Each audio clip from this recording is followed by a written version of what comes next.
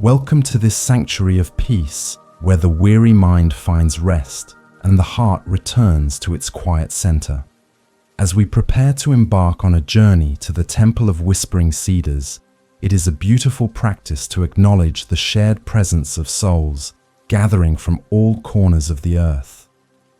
Please take a moment now to pause and gently scroll down to the comment section below. We invite you to write down the name of the country from which you are listening and the current time on your clock. Now that you have marked your presence, allow the heavy burdens of the day to slip from your shoulders like an old heavy coat that is no longer needed. There is nothing you need to achieve here, and nowhere else you need to be, except in this unfolding moment of stillness. To ensure that you can always find your way back to this place of refuge, and to support the creation of more stories like the one we are about to tell, we invite you to click the subscribe button now. By subscribing, you open a permanent gate to this garden of serenity, ensuring that whenever the world feels too loud, you have a quiet home to return to. Let us now begin the journey. The arrival at the Cedar Gate. The path winding up to the Temple of Whispering Cedars was steep and unforgiving, carved directly into the grey granite of the mountainside by centuries of seeking footsteps. Kenji felt the biting chill of the high-altitude air against his cheeks, a sharp contrast to the sweat that trickled down his spine beneath his heavy travel pack. Every breath he took was a mixture of thin mist and the resinous scent of ancient pine trees that stood like silent sentinels on either side of the trail. The fog here was not merely weather, but felt like a living entity that swallowed the world below, isolating the climber in a white void where only the sound of his own labored breathing and the crunch of boots on loose stone existed. After hours of climbing where time seemed to dissolve into the rhythm of the ascent, the silhouette of the great gate finally emerged from the swirling mists. It was a massive structure built from timber so old it had turned the color of charcoal and iron, hardened by countless winters and bleached by the high mountain sun. The wood was deeply grooved with the grain standing out like the veins on an elderly hand, and patches of vibrant green moss clung to the shadowed corners of the roof. Kenji stopped before this threshold, feeling a tremble in his legs that was not entirely due to physical exhaustion, but born from a profound sense of anticipation and fear that he was standing on the edge of a new life. Kenji adjusted the straps of his pack and looked up at the calligraphy carved into a wooden tablet hanging above the entrance. The characters were bold and sweeping, yet possessed a balanced grace that suggested they had been written in a single exhale of total clarity. He could not read the deeper meaning yet, but he felt the weight of the history contained within this place. His mind was loud with questions and doubts, for he had come here believing he was broken and in desperate need of fixing. He carried a mental list of all his failures and all the knowledge he thought he needed to acquire to become whole. Stepping across the raised wooden threshold, he was careful not to let his boot touch the wood itself, a sign of respect he had read about in books. As his foot landed on the other side, the wind seemed to die down, instantly replaced by a profound and heavy silence that hung over the courtyard. The air inside the temple grounds felt different, denser, and charged with a stillness that was almost physical. It was as if the walls of the temple did not just hold up the roof, but held back the chaos of the world, allowing only the purest essence of existence to remain within. The courtyard before him was a vast expanse of raked white gravel that glowed softly in the diffused light of the overcast sky. The stones were raked into perfect concentric circles around several large dark rocks that rose from the ground like islands in a frozen sea. Kenji let his eyes trace the lines of the gravel, marveling at the discipline required to create such perfection. There was not a single leaf out of place, nor a footprint to mar the pristine surface. It was a visual representation of the mind he so desperately wanted to possess, a mind of order and clarity, instead of the turbulent storm he felt inside. In the far corner of this immaculate garden, a figure was moving with a slow and rhythmic cadence that seemed to blend perfectly with the surroundings. It was an old man dressed in faded work robes of indigo cotton that had been patched so many times they looked like a quilt of varying shades of blue. He was holding a bamboo broom and was sweeping the very edge of the stone path where it met the mossy bank. This was Master Hoshin, though Kenji did not yet know it, for the man wore no ornaments of rank and possessed no aura of superiority. He simply swept the dust with the same attention one might give to holding a precious jewel. Kenji approached slowly, his boots making a harsh sound on the stone path that made him cringe internally for disturbing the peace. He stopped a respectful distance away and waited for the figure to acknowledge him, but the sweeping continued uninterrupted. The sound of the bamboo bristles against the stone was a hypnotic scratch and hush, scratch and hush. It was a sound that seemed to say that nothing else mattered in the entire universe except this specific motion of clearing away the dust. Kenji felt a rising impatience mixed with awe as he watched the total absorption of the man in his simple task. Finally, the sweeping stopped, and the old man turned slowly to face the visitor.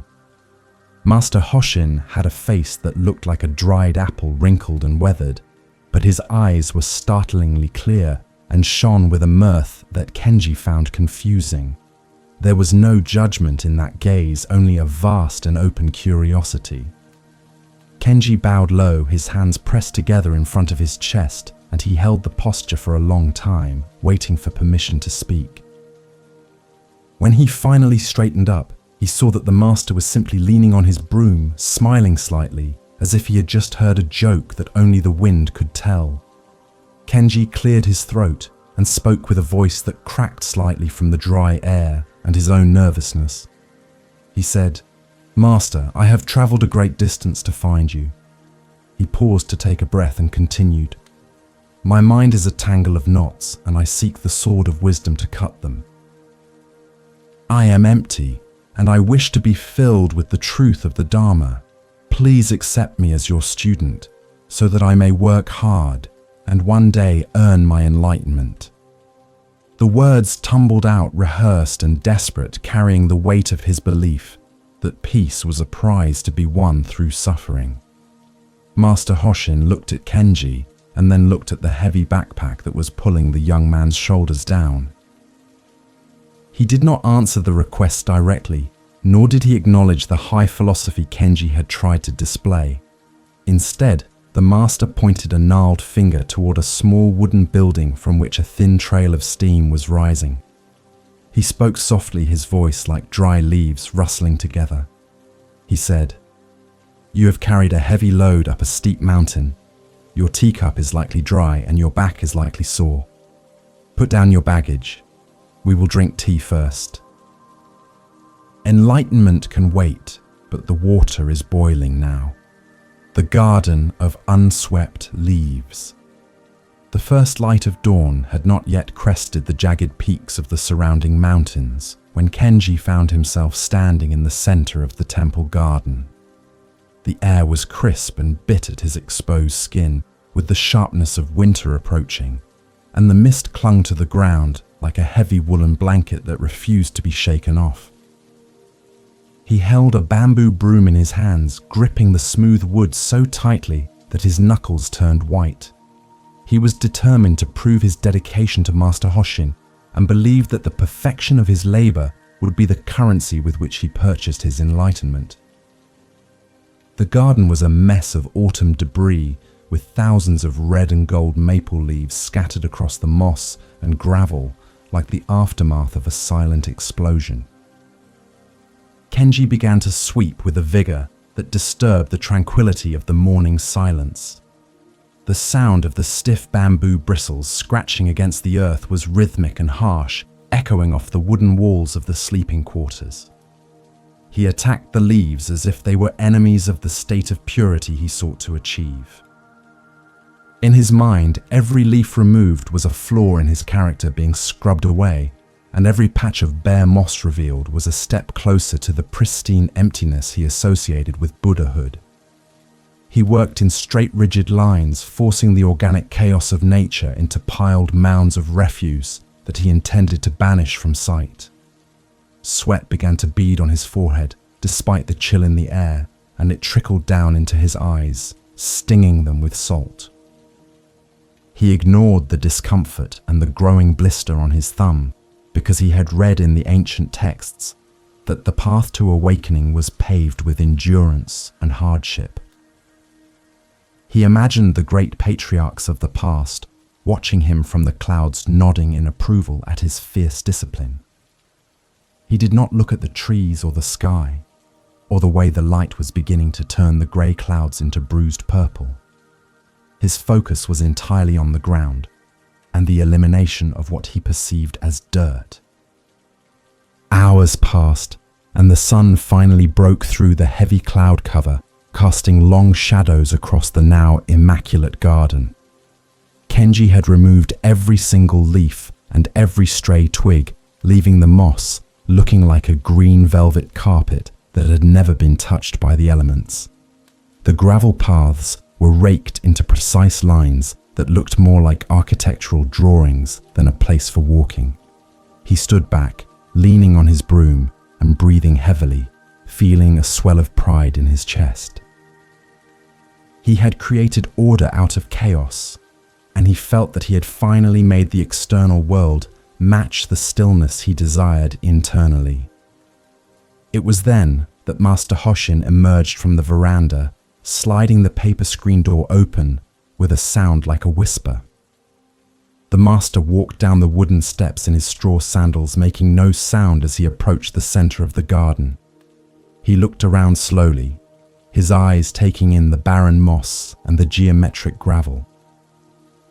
He did not smile, nor did he frown, but simply observed the scene with a neutral expression that made Kenji feel suddenly uncertain. Kenji straightened his posture and waited for the praise he felt he had earned, hoping the master would see the strength of his resolve in the cleanliness of the ground. Master Hoshin walked over to the center of the garden where an ancient maple tree stood, its twisted branches reaching out like the arms of a dancer. The master looked at the tree and then looked at the ground, which was so clean it looked unnatural and sterile. He turned to Kenji and spoke softly. "You have worked very hard and your muscles are strong. You have certainly cleared away everything that was on the ground. However, there is something missing here. You have removed the life from the garden in your attempt to purify it. You have created a museum instead of a sanctuary." Before Kenji could process the confusion rising in his throat, Master Hoshin reached up and grabbed a low-hanging branch of the maple tree. With a sudden and vigorous shake, he rattled the boughs, causing a cascade of golden leaves to rain down upon the perfectly swept moss. The leaves fluttered and danced in the air before settling in a random, beautiful pattern that looked like gold coins scattered by a laughing god. The pristine order Kenji had spent hours creating was instantly broken and replaced by a natural disarray that possessed a breathtaking elegance. The master stepped back and admired the fallen leaves, nodding his head with genuine appreciation. He said, "There. Now the garden is truly alive. You must understand that perfection is not the absence of things, but the acceptance of them. You tried to force the world to be clean because you think your mind must be empty to be holy. But the nature of the tree is to drop leaves, and the nature of the ground is to receive them. To reject the leaves is to reject the reality of this moment."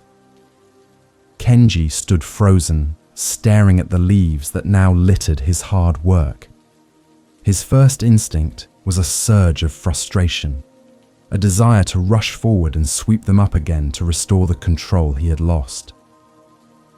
But as he looked closer, he saw how the yellow of the leaves contrasted perfectly with the deep green of the moss, creating a harmony that his rigid cleaning had destroyed. He realized with a sinking feeling that he had been fighting against the nature of the garden rather than working with it. He had been so focused on the result that he had missed the beauty of the process. Master Hoshin turned to walk back toward the temple, but paused at the steps. He looked back at his student who was still clutching the broom like a weapon. The master said, "Put down the broom, Kenji.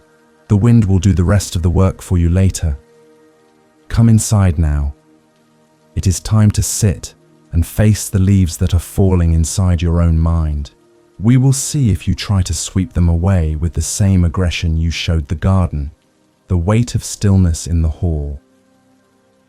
The meditation hall, known as the Zendo, was a long, rectangular room that smelled of sandalwood incense and old timber that had absorbed centuries of silence. The light inside was always dim, filtering through paper screens that softened the harshness of the day into a perpetual twilight. Along the raised wooden platforms on either side of the room, round black cushions were arranged in perfect intervals, waiting for the monks to take their places.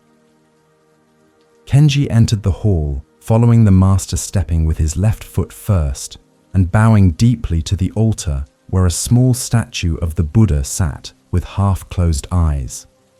He found his assigned cushion and arranged himself upon it, trying to mimic the posture he had seen in diagrams.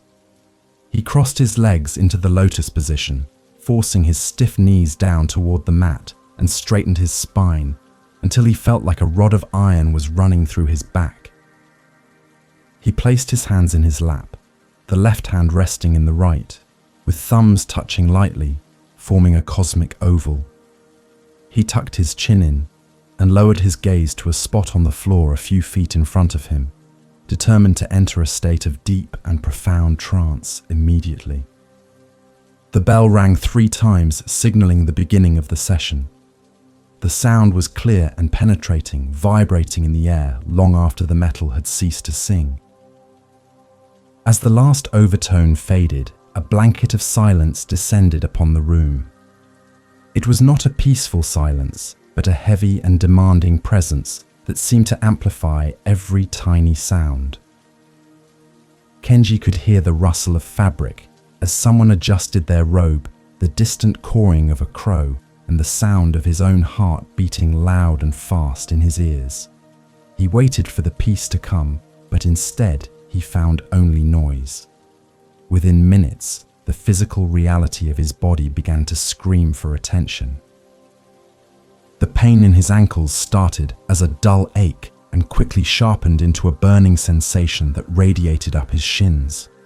His back muscles began to spasm from the effort of holding himself so upright, and an itch developed on the tip of his nose that felt like a torture device. He wanted desperately to move, to shift his weight, to scratch his face, but he knew that in this hall, absolute stillness was the law. He felt trapped inside his own skin, a prisoner of the posture he had so eagerly assumed. His mind, which he had hoped would become a clear pool of water, was instead a raging storm of thoughts. He thought about the pain in his legs and wondered if he was doing permanent damage. He thought about the garden and the leaves and felt a lingering embarrassment at his earlier failure. He wondered what they would have for lunch and then scolded himself for thinking about food. He remembered a conversation from 10 years ago and replayed it in his head, changing what he had said. The thoughts jumped from one to another like a frantic monkey swinging through branches, never pausing for a moment of rest. Across the room, Master Hoshin sat like a boulder that had been there since the beginning of time. His breathing was so imperceptible that he appeared not to be breathing at all. There was no tension in his shoulders, no furrow in his brow, only a terrifyingly vast composure. Kenji peeked through his eyelashes at the master and felt a wave of inadequacy wash over him. He felt like a fraud, a child pretending to be a statue while inside he was screaming. He believed that the master was in a state of bliss while he was in a state of torment. The pain in his legs grew until it was the only thing existing in the universe. It was a hot, throbbing entity that demanded he unfold his legs and run out of the room. Kenji gritted his teeth and told himself that this was the fire of purification. He believed that if he could just endure this agony long enough, he would break through to the other side and find the golden light of enlightenment. He treated the meditation as a battle of will, a contest between his mind and his body, where he had to conquer his own sensations to win the prize. Time lost all meaning in the dim light of the hall. It could have been minutes, or it could have been days. The shadow of a pine branch outside the window moved imperceptibly across the paper screen, marking the passage of the sun. Kenji fought on, engaging in a silent war with himself, tense and trembling with effort. He was trying so hard to be a Buddha that he had completely forgotten to be a human being. He was grasping for silence with noisy hands and chasing stillness with a running mind. Finally, the bell rang again, a single sharp strike that cut through the thick atmosphere of the room. The sound was the most beautiful thing Kenji had ever heard, signaling the end of his ordeal. He exhaled a breath he felt he had been holding for an hour and slowly began to uncross his legs. The sensation of blood rushing back into his numb limbs was an exquisite agony of pins and needles. He massaged his ankles, trying to hide the grimace of pain on his face, while the master stood up fluidly and effortlessly, as if he had just sat down a moment ago. As they filed out of the hall, Master Hoshin paused beside Kenji, who was limping slightly. The master did not ask about the meditation or offer praise for Kenji's endurance. He simply looked at the young man's tense jaw and the sweat on his neck. Master Hoshin said, "You sit like you are carrying the entire temple on your shoulders. The floor is strong enough to hold you, Kenji. You do not need to hold yourself up so high. Next time, try to just sit instead of trying to become something." The Buddha does not have clenched teeth. Scrubbing the ancient wooden floor. The long wooden corridor that ran the length of the sleeping quarters was known as the Engawa, and it was polished to a mirror like sheen by generations of monks dragging heavy cleaning cloths across its surface.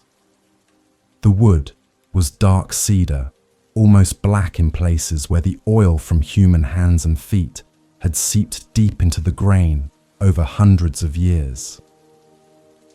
On this particular morning, the air in the corridor was frigid enough to see one's breath, and the light filtering in from the garden was a pale and watery grey. Kenji knelt at the far end of this tunnel of wood with a wooden bucket filled with freezing water beside him and a thick cotton rag in his hands. He stared down the immense length of the floorboards, which seemed to stretch on into infinity, and felt a daunting sense of the task ahead. He dipped the rag into the icy water, breaking the surface tension with a splash that echoed loudly in the silent hallway. The cold bit into his fingers, instantly making the joints ache and turning his skin a raw shade of pink. Kenji wrung out the cloth with fierce determination, twisting the fabric until his knuckles popped and every drop of excess liquid was expelled back into the bucket. He placed the damp rag on the floorboards and placed both hands flat upon it, positioning his body like a sprinter waiting for the starting gun. He was ready to attack the floor with the same intensity he had brought to the garden and the meditation hall, viewing the dust as a personal adversary. With a grunt of exertion, Kenji pushed off with his legs, driving the rag forward along the grain of the wood. He moved with a frantic energy, scrambling on his knees and pushing the cloth with the full weight of his upper body. The sound of his movement was a rhythmic thumping and the wet slap of the cloth against the cedar. He scrubbed back and forth vigorously, trying to create friction and heat, believing that the harder he pressed, the cleaner the soul of the wood would become. Sweat began to drip from his nose onto the floorboards, mixing with the cleaning water, and he gritted his teeth against the burning sensation in his shoulders. He worked his way down the corridor, leaving a trail of damp wood behind him that quickly began to dry in the cold air. His knees were bruising against the hard surface, despite the thick fabric of his trousers, and his lower back throbbed with a dull, persistent pain. In his mind, Kenji was not just cleaning a floor, he was scrubbing away his own ignorance and polishing the mirror of his mind. He repeated mantras silently to himself, trying to synchronize his scrubbing with the holy syllables, but the physical strain made his breath ragged and uneven. He was turning a simple daily chore into a grueling athletic event that left him gasping for air. Halfway down the hall, he paused to dip the rag again and saw a reflection in the wet wood. It was Master Hoshin standing at the end of the corridor, watching him with hands tucked into the sleeves of his robes. The master was perfectly still, contrasting sharply with the chaotic energy Kenji had been expelling. Kenji immediately stiffened and scrubbed even harder, hoping to impress the teacher with his tireless work ethic and his willingness to suffer for the sake of cleanliness. He moved faster, his breath coming in short, sharp bursts as he tried to cover more ground in less time. Master Hoshin walked slowly down the corridor, his socks sliding silently over the wood that Kenji had just cleaned. He stopped a few feet away from where Kenji was furiously scrubbing a particularly stubborn knot in the wood. The master watched for a moment as Kenji attacked the spot, and then he cleared his throat softly. He said, "You are fighting the floor, Kenji. The floor is not your enemy, and the dust is not a villain. You are trying to conquer the wood when you should be dancing with it. Look at how much noise you are making." Kenji stopped, his hands trembling from the cold and the exertion, and looked up at the master with confusion written on his sweaty face. He did not understand how one could clean without effort and force. Master Hoshin gestured for the rag, and Kenji handed the cold, wet cloth to him. The old man knelt down with a grace that belied his age, his movements fluid and soft like water flowing over a stone. He placed his hands lightly on the cloth, not gripping it, but resting upon it. With a gentle push from his hips rather than his shoulders, the master slid the cloth forward in a long, sweeping arc. He did not scrub back and forth in short, violent bursts, but moved in one continuous flow that covered the length of his reach. He pulled the cloth back just as smoothly, his body rocking like a bamboo stalk in the wind. There was no sound of thumping knees or gasping breath, only the soft whisper of the cloth gliding over the cedar. It looked effortless, yet the path he left behind was perfectly clean, and the wood seemed to glow rather than just shine. Master Hoshin handed the cloth back to Kenji and stood up, brushing off his knees. He said, "When you use force, you create resistance. The wood pushes back against you, and you get tired. When you move with the grain and let your body weight do the work, the cleaning happens by itself. You are trying to scrub away your ego, but you are only making it stronger by thinking you are doing something difficult. Be like the water in the bucket. It cleans without scratching." Kenji took the cloth back and looked at the floorboards with new eyes. He tried to mimic the master's movement, relaxing his grip and pushing from his center rather than his shoulders. At first, he felt clumsy and slow, feeling that he wasn't doing enough work to justify the result. But as he continued, he found a rhythm that was less tiring and more hypnotic. The sound of the cleaning changed from a battle cry to a quiet hum, and for the first time that morning, he noticed the beautiful, intricate patterns in the grain of the ancient wood he was touching, the cup that is already full. Later that afternoon, The rain began to fall, tapping a gentle rhythm on the clay roof tiles of the tea room. The room was small and intimate, smelling of roasted barley and the charcoal fire that glowed softly in the sunken hearth. Kenji sat opposite Master Hoshin on the tatami mats, his legs folded neatly beneath him. Between them sat a heavy iron kettle known as a tetsubin, which hissed quietly as the water within reached a boil. The steam rose in twisting columns that danced in the draft from the window, creating a mesmerizing display of ephemeral shapes. Kenji felt a burning desire to ask questions, for his mind was still racing with the paradoxes of the day. He had failed at sweeping, and he had failed at scrubbing, or at least he had done them with the wrong spirit. He wanted to understand the theory behind the practice so he could apply it correctly. He had read many sutras and commentaries before coming to the mountain, and he had a mental library of terms like emptiness and non-attachment and original face. He felt that if he could just get the master to explain the intellectual connection, he would be able to relax. Master Hoshin reached for a bamboo ladle and dipped it into the iron kettle. The sound of the water being poured into the ceramic teapot was like a mountain stream trickling over pebbles. He moved with a deliberate slowness that made every action feel significant. He did not look at Kenji, but focused entirely on the tea, swirling the hot water around the pot to warm it before discarding it into a waste bowl. The aroma of fresh green tea leaves hit the hot ceramic and filled the small room with a grassy sweet scent that was both stimulating and soothing. Kenji could not contain himself any longer. He leaned forward slightly, his eyes intense and focused. He said, "Master, I understand that I must be natural, but how can I be natural when I am trying to learn? The scriptures say we possess the Buddha nature already, but if I already have it, why must I work so hard to find it? Is it a matter of gradual cultivation, or is it a sudden realization? I feel like I am walking in circles and I need a map to show me the straight path." The master did not answer immediately.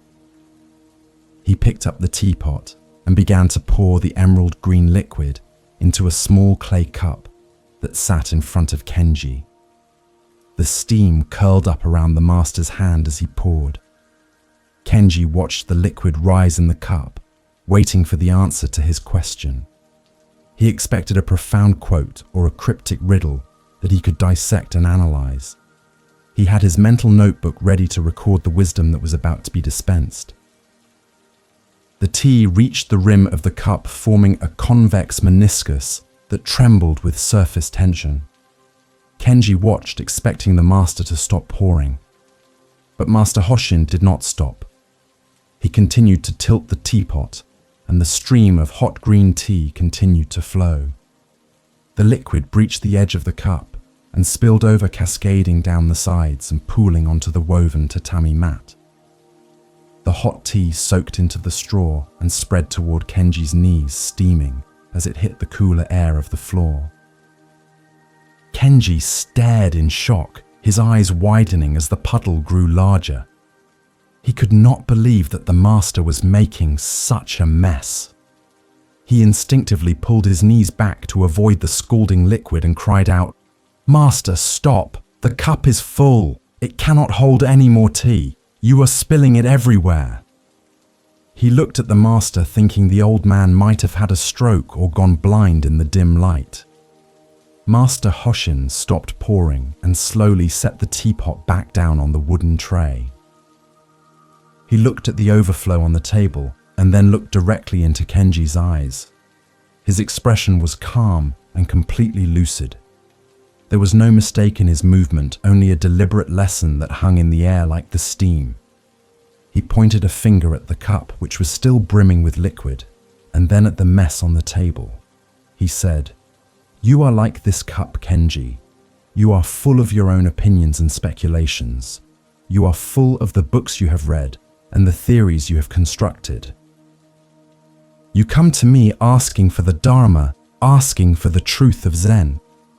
But how can I show you Zen when your cup is already full to the brim? Anything I pour into you will simply spill over and be wasted just like this tea.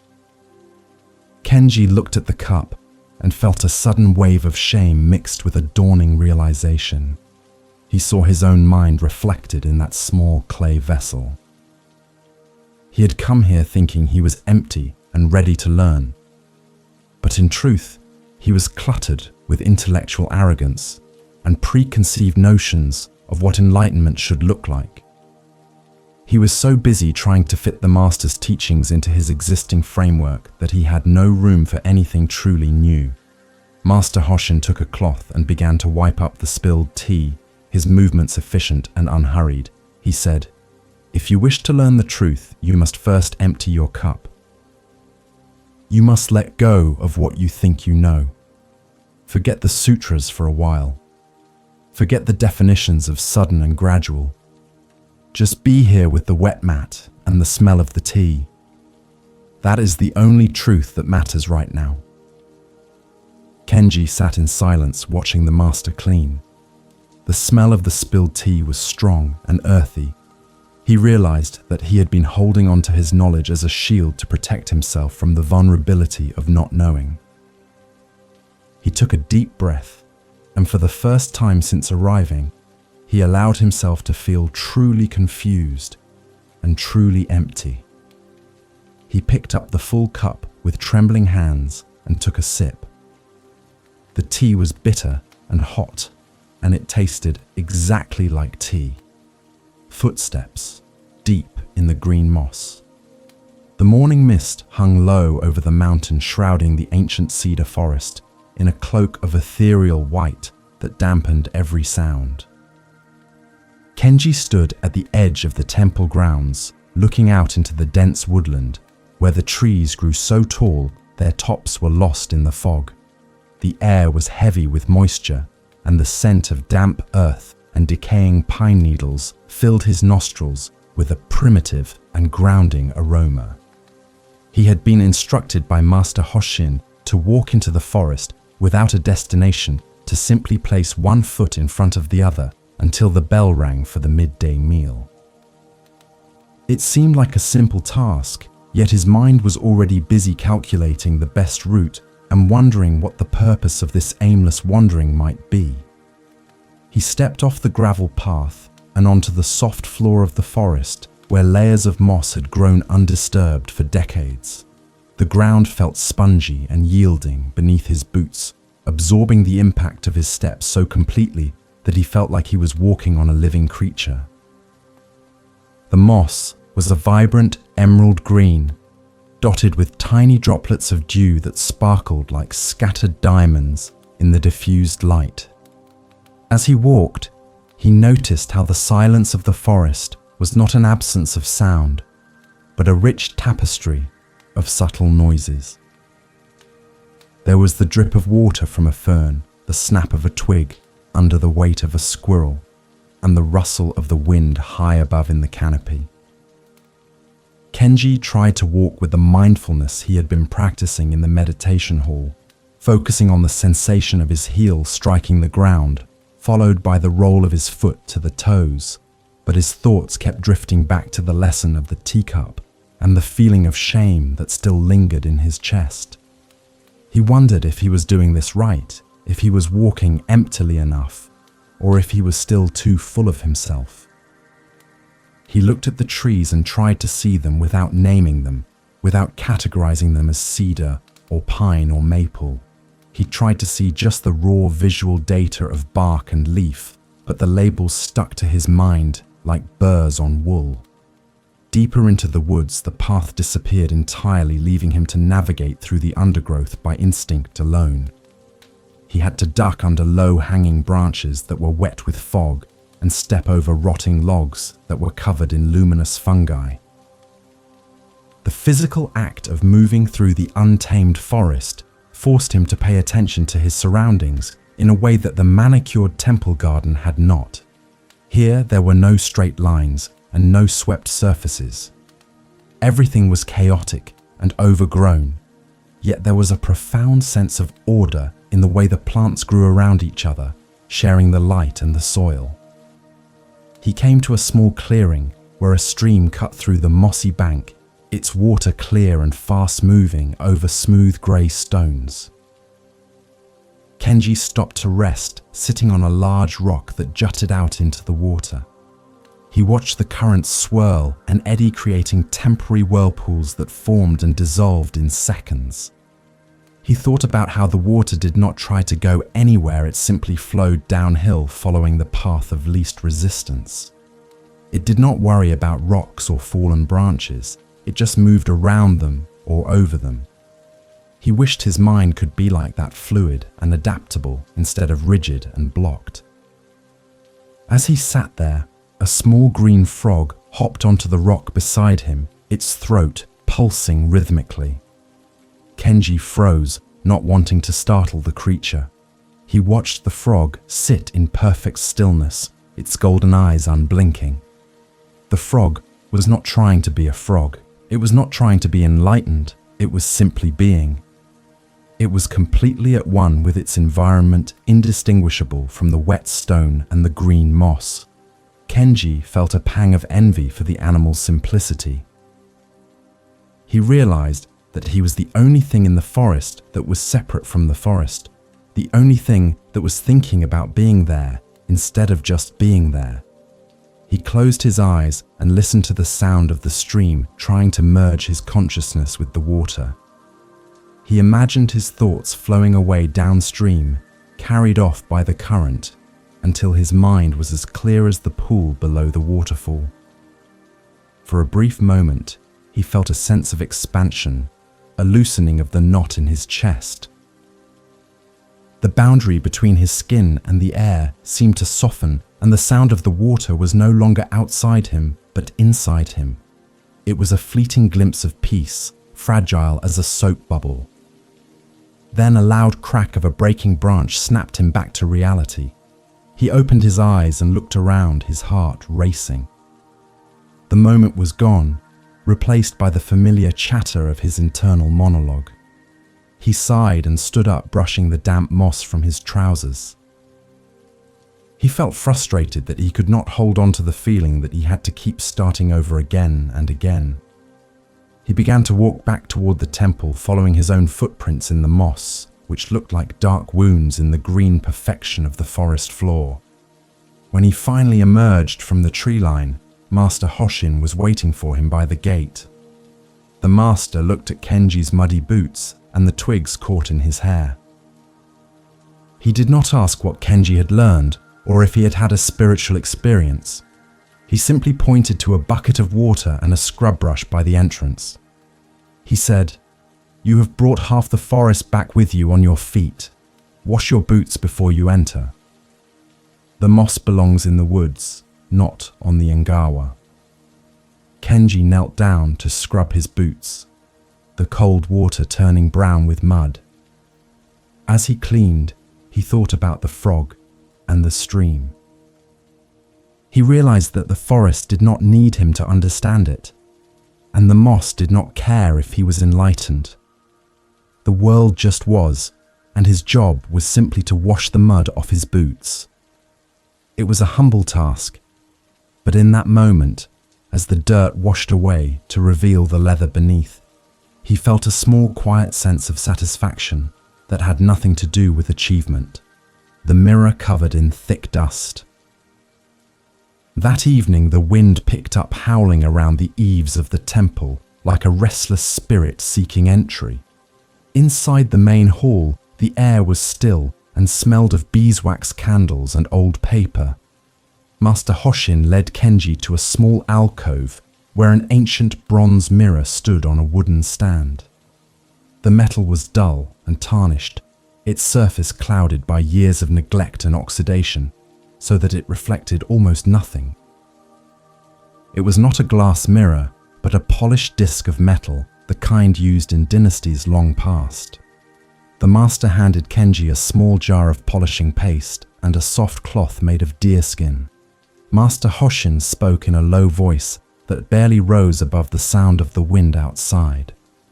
He said, This mirror has been in the temple for 300 years. It was once bright enough to reflect the light of the moon into the darkest corner of the room. Now it is blind.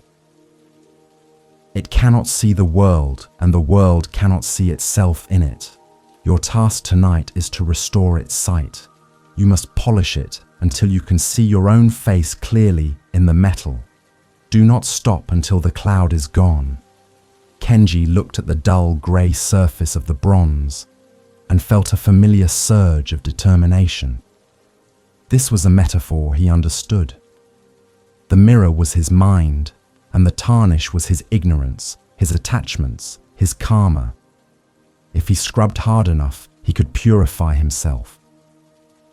He dipped the cloth into the paste, which smelled of vinegar and pumice, and began to rub the metal in small circular motions.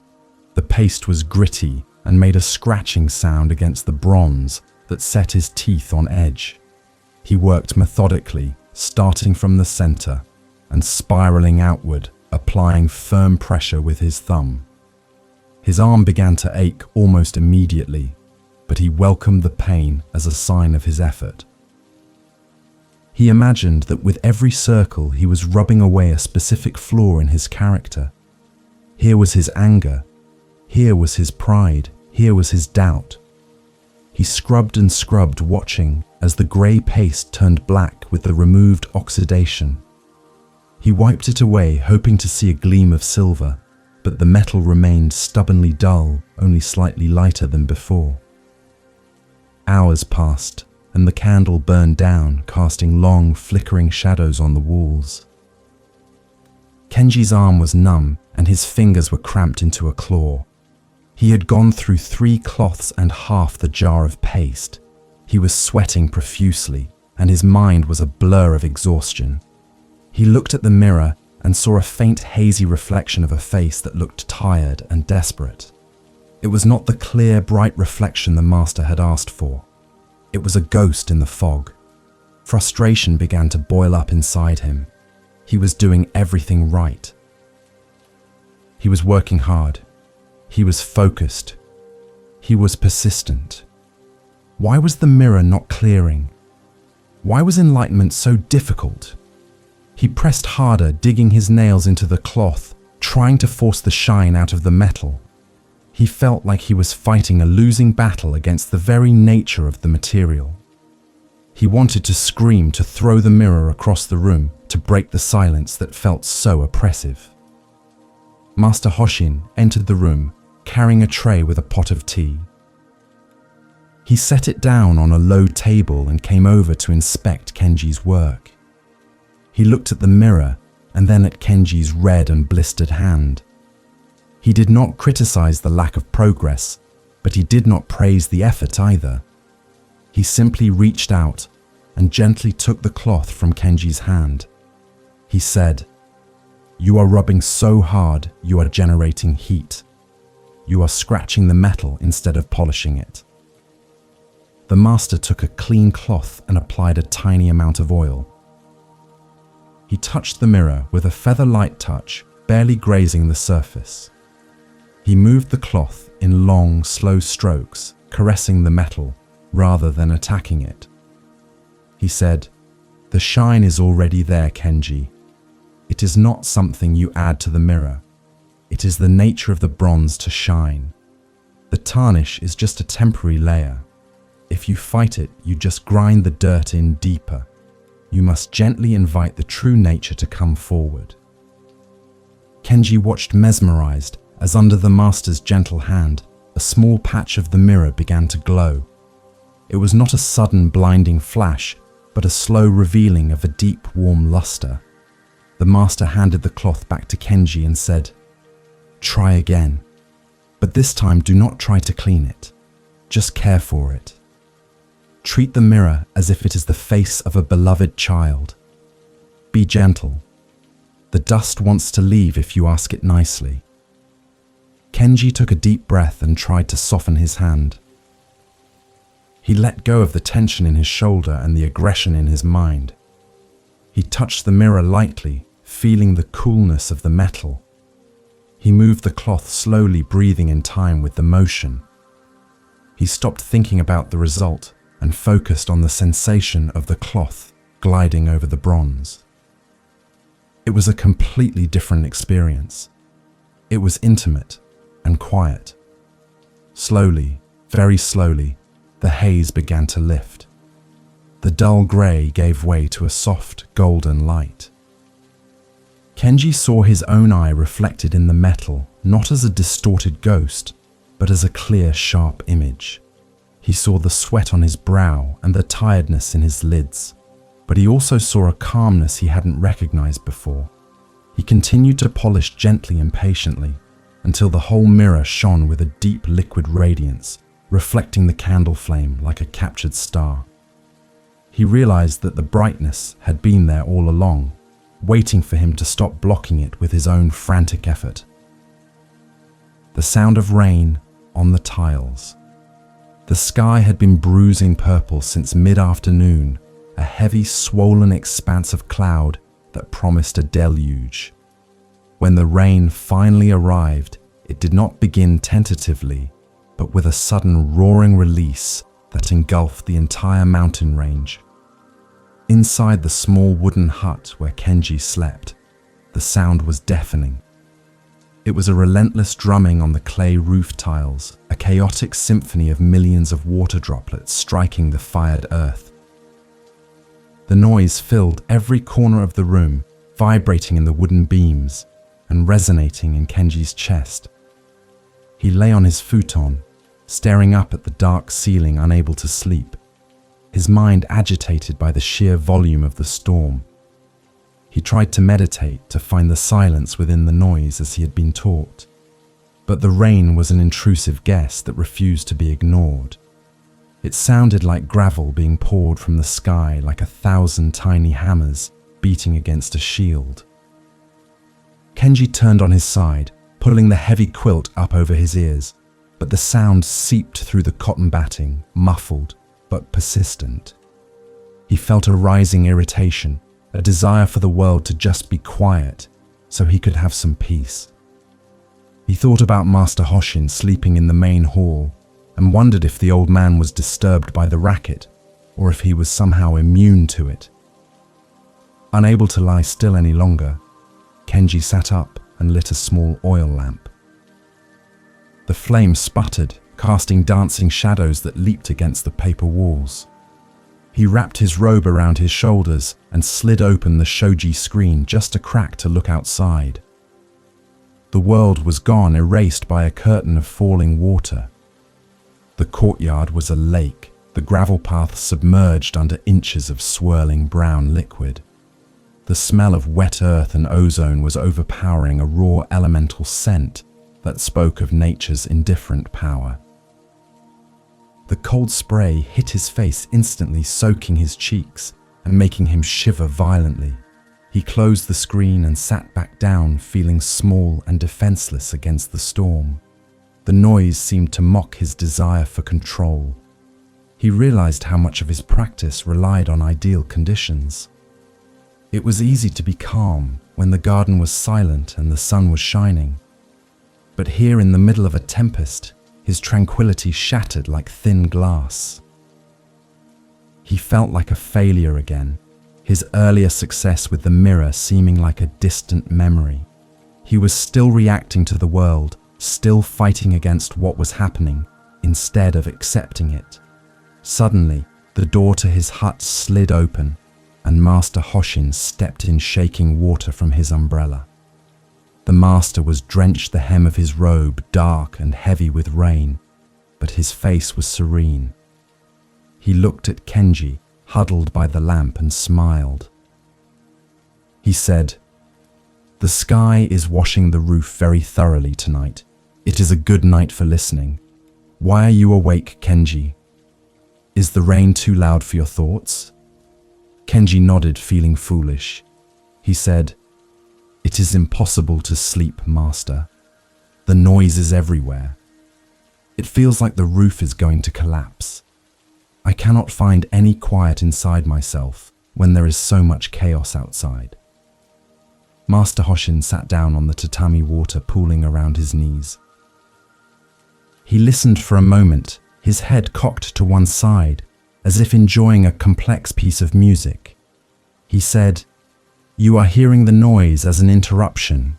You think the rain is getting in the way of your silence.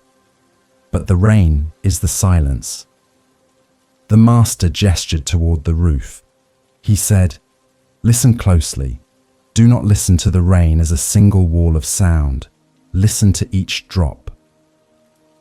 Hear the high pitch of the drop hitting the stone, the low thud of the drop hitting the wood, the splash of the drop hitting the puddle. Each sound is distinct. Each sound is complete. There is no chaos there, only thousands of individual events happening perfectly. If you stop resisting the sound and let it pass through you, it becomes a massage for the mind, not a disturbance." Kenji closed his eyes and tried to follow the instruction. He focused his attention on the roof, trying to isolate the individual sounds. At first it was just a roar, but slowly his hearing began to differentiate the textures. He heard the sharp ping on the tile, the soft drum on the thatch, the gurgle in the gutter. He stopped pushing the sound away and invited it in. He let the rain fall inside his mind. As he did this, a strange thing happened. The noise lost its aggressive quality. It became a texture, a background vibration that was surprisingly soothing. It was no longer noise, it was just nature expressing itself. The tension in his shoulders began to melt away. He realized that the disturbance was not in the rain, but in his resistance to the rain. When he stopped fighting, the sound became a lullaby. Master Hoshin stood up quietly, leaving a wet footprint on the mat. He blew out the lamp, plunging the room back into darkness. He said, "Sleep now, Kenji. Let the rain wash your dreams. Tomorrow, the world will be new." The master slipped out into the storm, leaving Kenji alone in the dark. But he was no longer alone. He was with the rain. And for the first time that night, the sound was beautiful. He pulled the quilt up, and within moments, he was asleep, drifting on a sea of sound. The stone and the hidden jewel. The storm had passed, leaving the morning sky a brilliant, scoured blue that hurt the eyes with its intensity. The air was scrubbed clean crisp and tasting of pine resin and wet stone. Kenji walked behind Master Hoshin along the bank of the mountain river, which was swollen and rushing with white foam from the night's deluge. The water roared with a power that shook the ground, carrying branches and leaves downstream in a chaotic tumble. They walked in silence, the only communication being the shared rhythm of their footsteps on the damp earth. Master Hoshin stopped at a bend in the river, where a gravel bar had been exposed by the shifting currents. He crouched down his knees, cracking audibly, and began to sift through the wet stones with his hands. He picked up rocks, examined them closely, and then tossed them back into the water. Kenji watched puzzled, wondering what the master was looking for. Was it a specific mineral? A perfect skipping stone?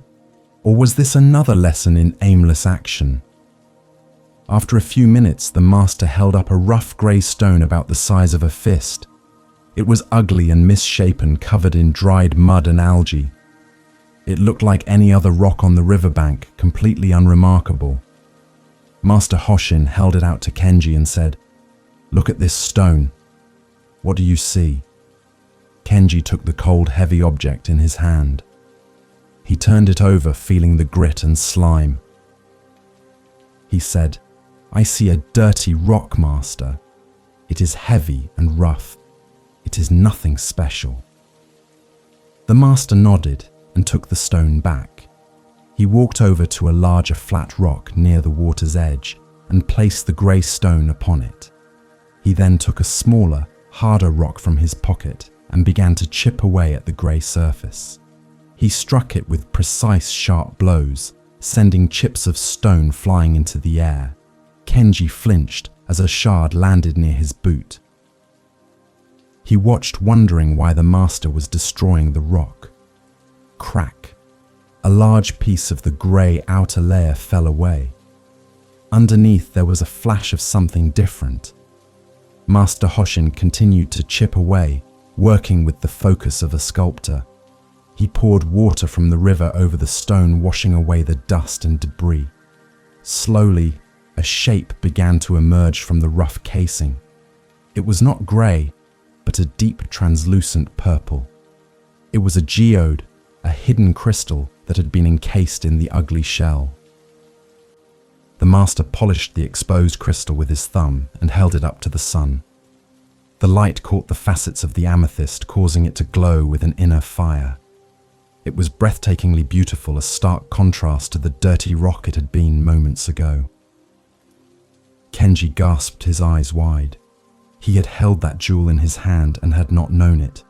He had judged it by its surface and missed the treasure within. Master Hoshin handed the crystal to Kenji. He said, "This jewel was always inside the stone. It did not come from the outside. It was not added by my hammer. I simply removed what was hiding it. The rock had to be broken for the light to shine. The outer shell protected it for a long time, but eventually the shell had to go." Kenji looked at the purple stone, mesmerized by its depth. He understood the metaphor instantly. He was the stone. His ego, his fears, his rigid beliefs were the grey crust that hid his true nature.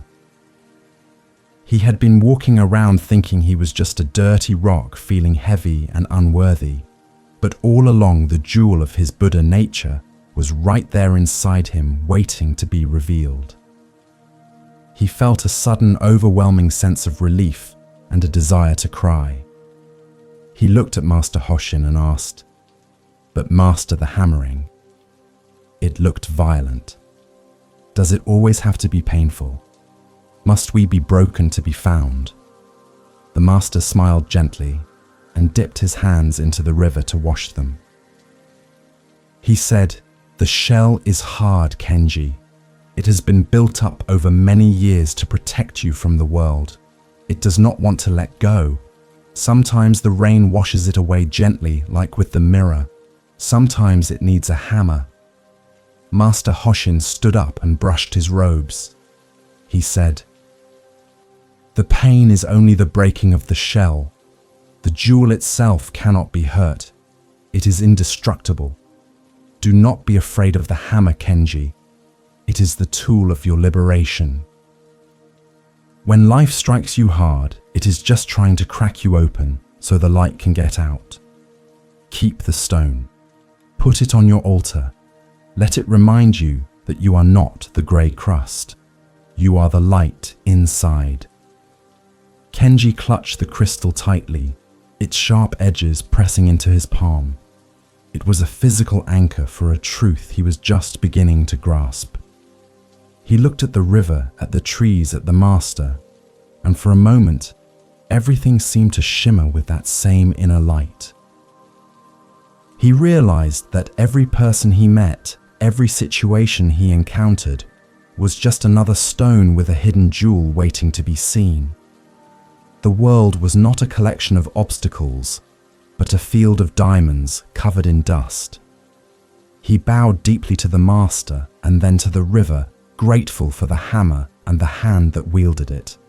The first snowfall on the mountain peak. The autumn had been long and reluctant to leave, clinging to the valley with its russet colors and damp mornings, but winter finally announced its arrival with a silence so profound it felt like the earth was holding its breath. Kenji woke before the bell, noticing a strange luminosity in the room, a pale blue light that seemed to seep through the paper walls. The air was biting cold, sharper than he had ever felt before tasting of iron and ice. He slid open the shoji screen, and his breath plumed out in a thick white cloud, instantly freezing in the frigid atmosphere. The world outside had been transformed overnight, erased and rewritten in white. Snow had fallen heavily, burying the temple grounds under a thick, pristine blanket that softened every angle and hushed every sound. The jagged rocks of the garden were now soft mounds like sleeping polar bears, and the branches of the pine trees bowed low under the weight of the accumulation. It was a scene of absolute purity, a monochrome landscape where the only color was the dark wood of the temple pillars and the gray of the sky. Kenji stood shivering in his thin sleeping robe, mesmerized by the sheer scale of the change. It was as if the world he knew had vanished, replaced by a dream of white. He dressed quickly, layering his robes and wrapping a wool scarf around his neck before stepping out into the courtyard. The snow crunched satisfyingly under his boots, a dry, squeaking sound that was the only noise in the vast silence. The air was still devoid of wind, and big fat flakes were beginning to fall again, drifting down in slow motion, like feathers from a giant bird. Kenji caught one on his glove and watched it for a second, marveling at the intricate geometry of the crystal before it melted into a drop of water. It was a reminder of the impermanence of all forms, beauty appearing and disappearing in a heartbeat. Master Hoshin was already outside, standing by the main gate with a shovel in his hand.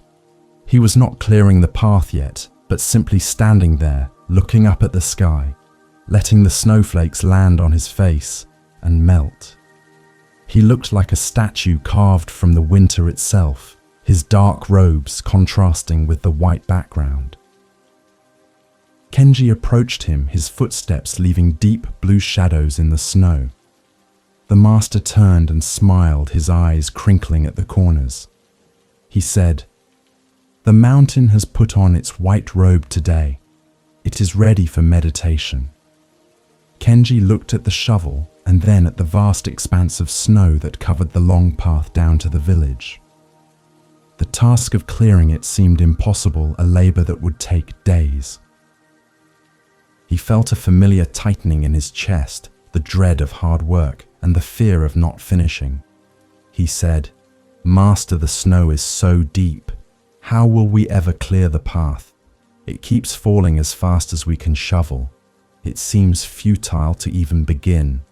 Master Hoshin laughed, a sound that was surprisingly warm in the cold air. He handed the shovel to Kenji and picked up another one for himself. He said, "You are thinking about the end of the path, Kenji. You are already at the bottom of the mountain in your mind, while your body is still here at the top. That is a very long stretch for your mind to make, and that is why you are tired before you have lifted a single scoop of snow. Do not clear the path, just clear this one step." They began to work side by side, the metal shovels scraping against the stone beneath the snow. The rhythm was slow and steady, scoop, lift, throw, scoop, lift, throw. The snow was heavy, wet, and dense, packed tight by its own weight. Kenji focused on the master's instruction, trying to forget about the miles of path ahead. He looked only at the square of white directly in front of his boots. He lifted it and tossed it to the side, watching it land with a soft thud. Then he took one step forward and did it again. As they worked, the heat began to build inside their bodies, creating a personal microclimate of warmth. Kenji took off his scarf, then his outer robe, steam rising from his shoulders into the cold air. The physical exertion was grounding, pulling his mind out of the future and anchoring it in the sensation of his muscles working. He found a strange pleasure in the repetition, in the visible progress of the dark stone emerging from the white snow. It was a simple binary task. White becomes black, concealed, becomes revealed. By midday, they had cleared a significant portion of the upper path. The snow had stopped falling and the sun had come out, turning the world into a blinding expanse of glitter. Kenji leaned on his shovel, breathing hard but feeling a deep sense of accomplishment. He looked back at the dark ribbon of path they had carved through the white wilderness. It was a tangible proof of their effort, a scar of order on the face of chaos. He realized that the master was right. The path was not cleared all at once, but shovel by shovel, breath by breath. Master Hoshin wiped his brow with his sleeve and looked at Kenji. He said, "The snow is like your delusions, Kenji. It covers everything, it freezes everything, and it seems endless. You cannot wish it away, and you cannot melt it with your mind. You have to pick up the shovel and move it one scoop at a time. It is cold work, and it is hard work. But look behind you. The way is clear. Now we can walk. And that is enough for today. The cold night of the searching soul." That night, the temperature plummeted, turning the melted snow into sheets of treacherous ice. The temple was freezing, the cold seeping through the walls and rising up through the floorboards. Kenji sat in the main hall for the evening meditation, wrapped in 2 blankets, but still shivering. The cold was a physical assault, a sharp predator that hunted for any exposed skin. His breath hung in the air before him, a ghostly cloud that appeared and disappeared with every exhalation. The oil lamps had been extinguished, leaving the hall in total darkness, save for the pale moonlight reflecting off the snow outside. Kenji's mind was in turmoil. The physical discomfort of the cold was triggering a deep existential anxiety. He felt small, fragile, and incredibly lonely. The vastness of the winter night made him feel insignificant, a tiny speck of consciousness in a cold, indifferent universe. He questioned why he was here on this freezing mountain, seeking something he couldn't even define. Why wasn't he back in the city, in a warm room with friends and distractions? What was the point of this suffering? Was enlightenment worth frostbite? He tried to focus on his koan, the riddle Master Hoshin had given him weeks ago. What is your face before your parents were born? It made no sense to him. It was a wall of nonsense that his intellect crashed against again and again. He tried to analyze it logically, to dissect it linguistically, but it refused to yield a meaning. The more he thought about it, the colder he felt. He felt like he was trapped in a block of ice, his mind frozen in a loop of confusion. Suddenly, a loud crack echoed through the hall like a gunshot. It was the sound of a bamboo stalk outside, snapping under the weight of the snow. The sound was sharp, immediate, and shocking, shattering the silence. Kenji jumped, his heart pounding. In that split second of shock, his thinking mind stopped. The loop of anxiety was broken. There was no cold, no loneliness, no koan. There was just the sound. Pure, raw sound vibrating in the empty space of his awareness. For a moment, he was not Kenji. He was not a student. He was not cold. He was the hearing itself. He was the vast empty space in which the sound had occurred. It was a flash of absolute clarity, a glimpse of a perspective that was not centered on I. He felt a sudden expansion, a sense of being as vast as the night sky. The boundaries of his body seemed to dissolve, and he felt connected to the snow, the bamboo, the moon, and the cold. Then the moment passed. His mind rushed back in labeling the experience, analyzing it, trying to hold on to it. What was that? Was that it? Did I do it? The cold rushed back into his awareness, and he shivered again. But the memory of that split second remained a seed of something new. He had tasted a reality that was not filtered through his thoughts. He had seen the gap between the clouds.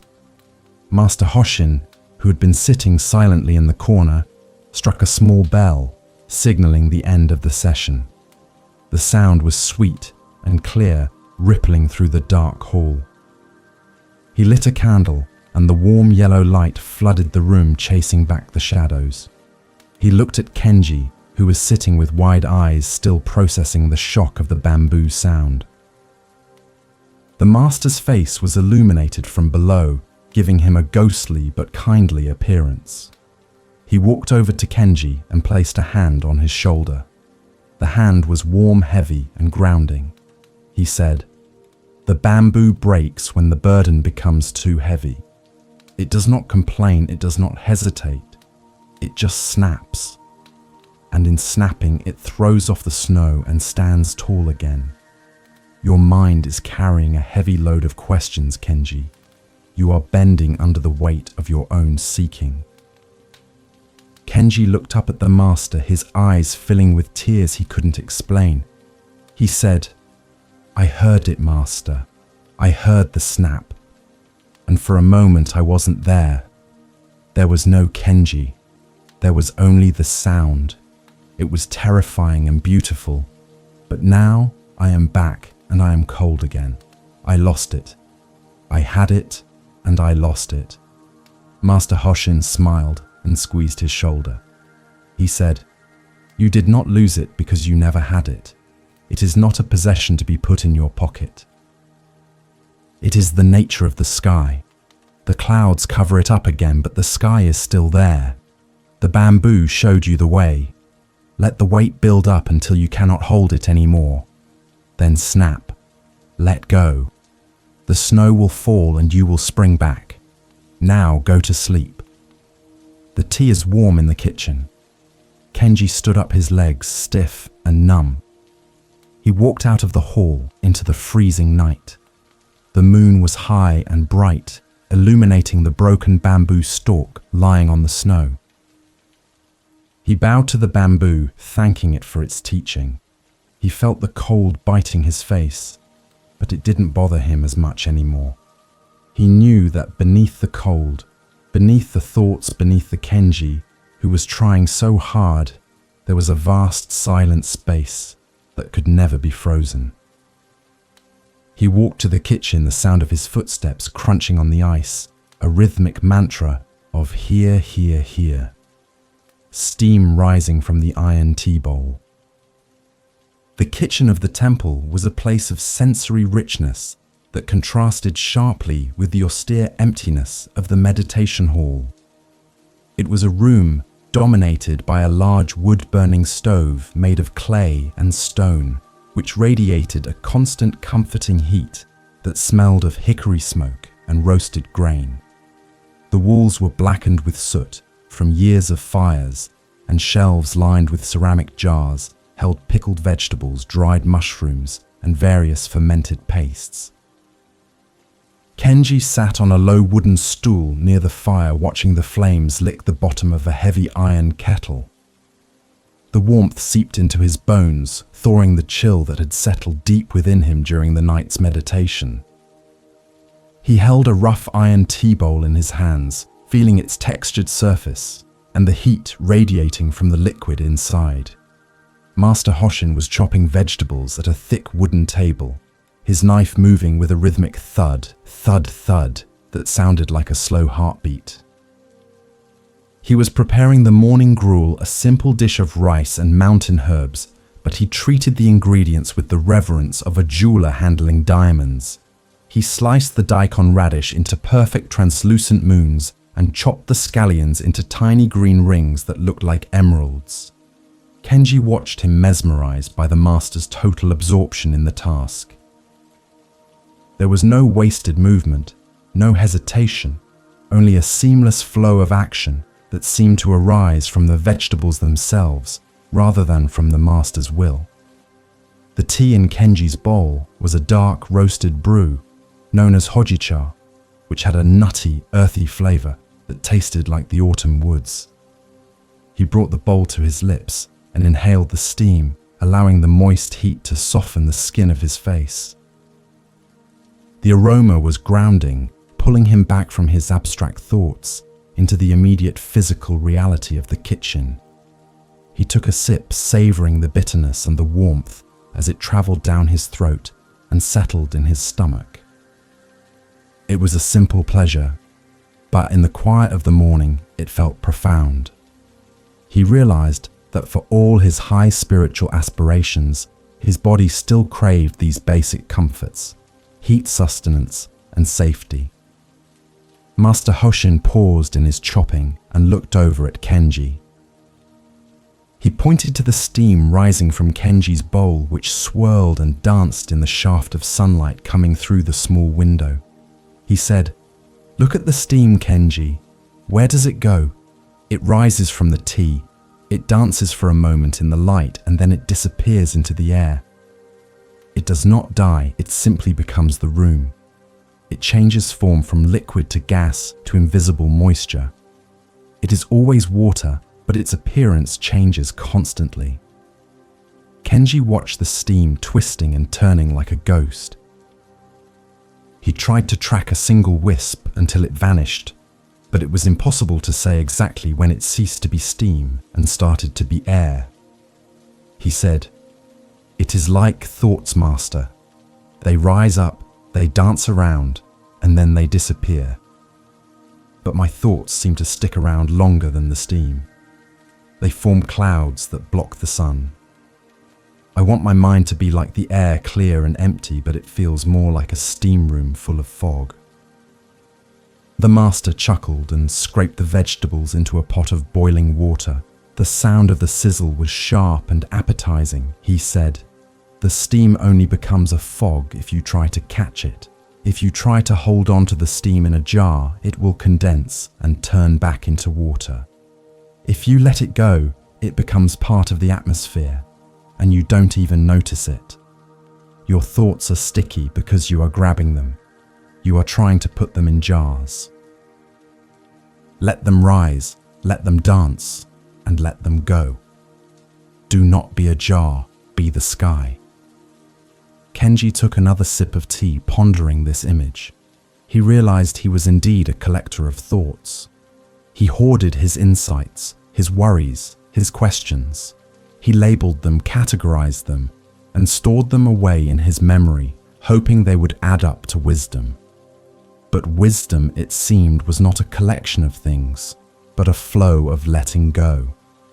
He looked at the empty space above his bowl, where the steam had been a moment ago. It was empty, yet it was full of potential. It was the space that allowed the steam to exist. Master Hoshin wiped his knife clean and placed it in a wooden sheath. He came over to the fire and poured himself a bowl of tea. He sat down next to Kenji, his robes rustling softly. They sat in silence for a long time, just two men drinking tea in a warm kitchen, while the snow lay deep outside. There was no need for words. The fire crackled, the water boiled, and the steam rose. It was a perfect moment of ordinary existence, completely sufficient in itself. Kenji felt a shift in his perception. He had always thought that Zen was something special, something that happened in the meditation hall or during a profound conversation.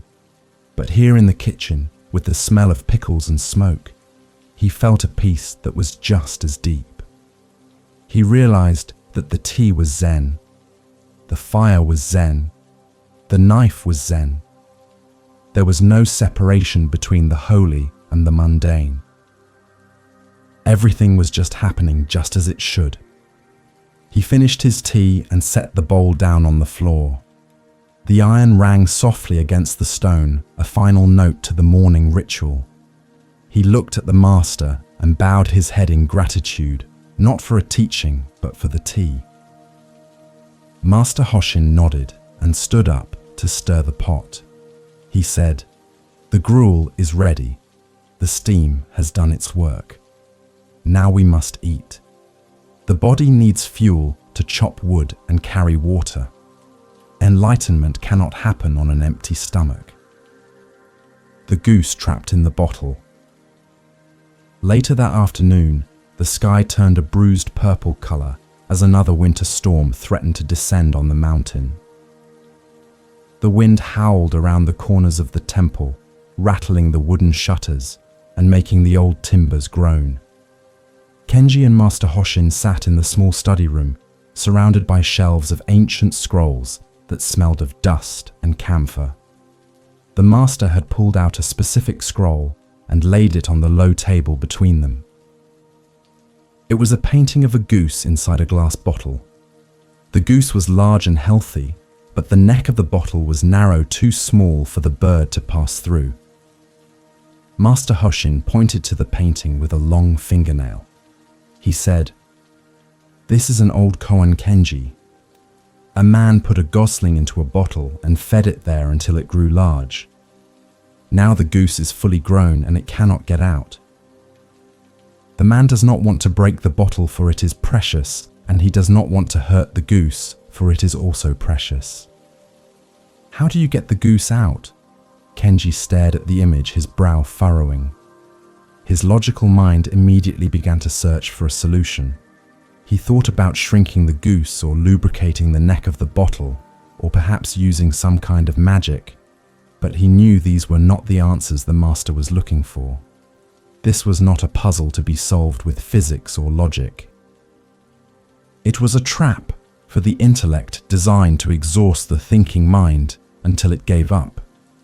He said, "It is impossible, master. Physically, the goose cannot pass through the neck. If the bottle cannot be broken and the bird cannot be hurt, there is no solution. It is a paradox, a contradiction. Why would anyone put a goose in a bottle in the first place? It is a cruel and foolish thing to do." He felt a rising frustration at the absurdity of the question. It seemed like a trick, a game with no winner. Master Hoshin smiled, a mischievous glint in his eyes. He said, "You are right, Kenji. It is foolish. But who put the goose in the bottle? Who created this situation? You are looking at the painting as if it is a problem in the outside world. But the bottle is not made of glass, and the goose is not made of feathers. Where is the bottle, Kenji? Where is the goose?" Kenji closed his eyes and tried to look inward. He saw his own mind trapped in the bottle of his concepts. He saw his desire for enlightenment, his fear of failure, his need for approval. These were the glass walls that confined him. The goose was his true nature, his free spirit, which had grown too large for the narrow confines of his ego. He had fed it with knowledge and discipline, but now it was stuck. He was the man, the bottle, and the goose all at once. He opened his eyes and looked at the master. He said, "I am the bottle, master. My mind is the trap. I have created this prison with my own thoughts. I am stuck because I believe I am stuck. I am trying to solve a problem that I invented. But knowing this does not get the goose out. I still feel trapped. I still feel the glass pressing against me. How do I break it?" Master Hoshin leaned forward, his face suddenly intense.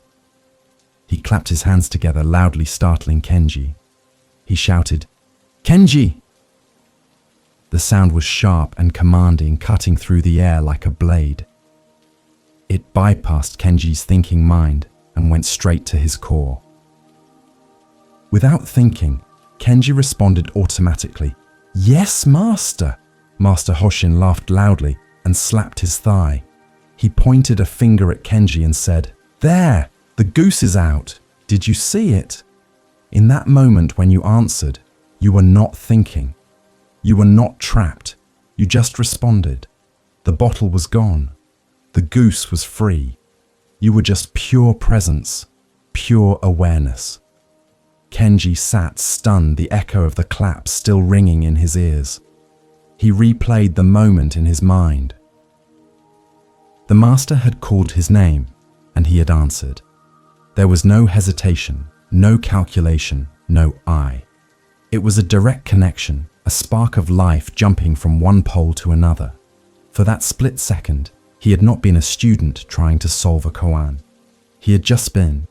He realized that the trap was only real as long as he thought about it.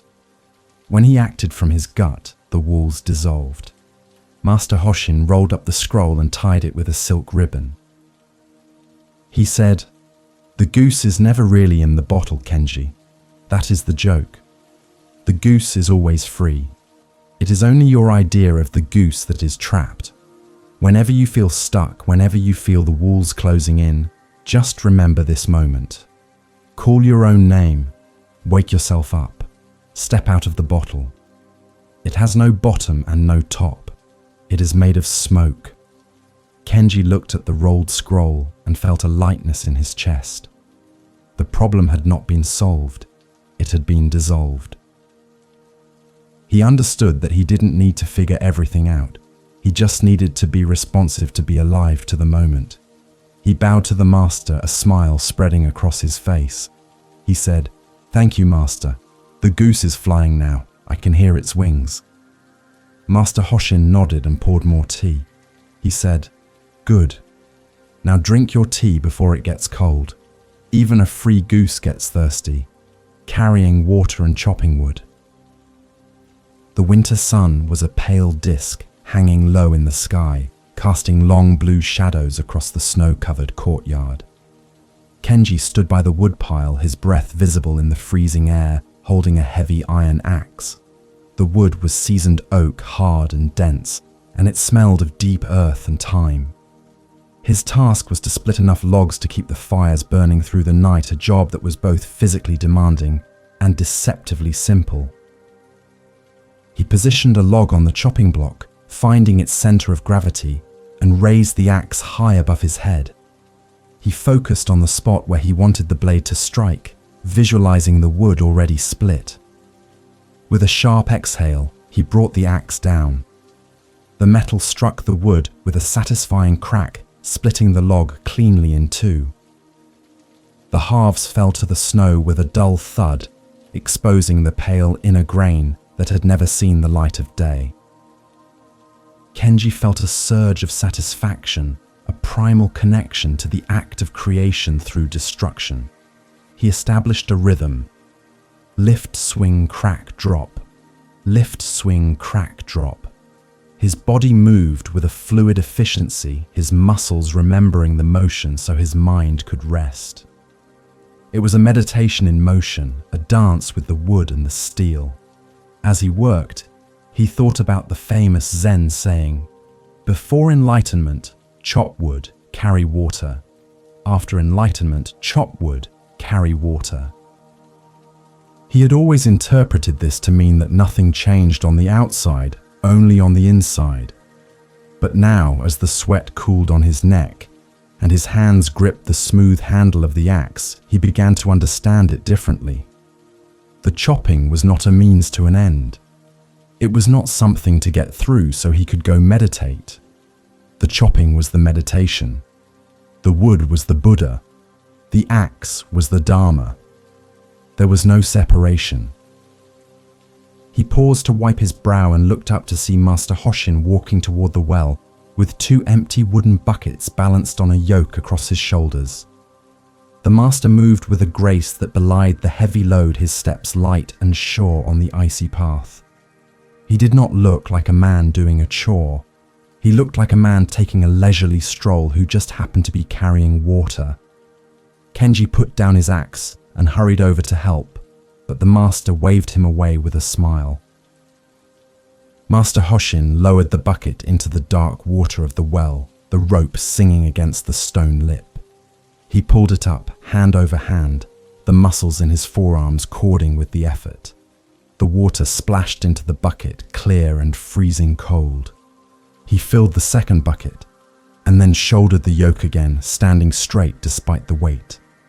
He looked at Kenji and said, "The water does not carry itself, Kenji, and the wood does not split itself. The universe needs our hands to do these things." Kenji walked beside the master as they headed back to the kitchen. He asked, "Master, does it ever get boring, doing the same things every day? The same wood, the same water, the same path? I feel like I am walking in circles sometimes." Master Hoshin stopped and looked at the bucket swinging gently at his sides. He said, "The water in this bucket is new water. It has never been in this bucket before. The fire this wood will make is a new fire. It has never burned before. And the Kenji who is asking this question is a new Kenji. He has never existed before this moment. The master continued walking the snow, crunching under his sandals. He said, "Boredom is the mind's way of saying it has stopped looking. When you stop looking, you see the same old thing. When you really look, every moment is fresh. Every log has a different grain. Every bucket of water has a different taste. If you are bored, you are not here. You are in your memory of yesterday or your expectation of tomorrow. Be here with this step, with this breath, with this weight." They reached the kitchen and poured the water into the large clay jar. The sound of the pouring water was like music, a cascading melody that filled the room. Kenji watched the ripples spread across the surface of the water, reflecting the dark beams of the ceiling. He realized that the master was right. He had been chopping wood in his mind, the abstract concept of wood, rather than the specific log in front of him. He had been carrying water, the idea of a chore, rather than the liquid reality. He went back to the woodpile with a renewed sense of presence. He picked up the axe and looked at the next log. He really looked at it. He saw the knots, the bark, the lichen growing on the side.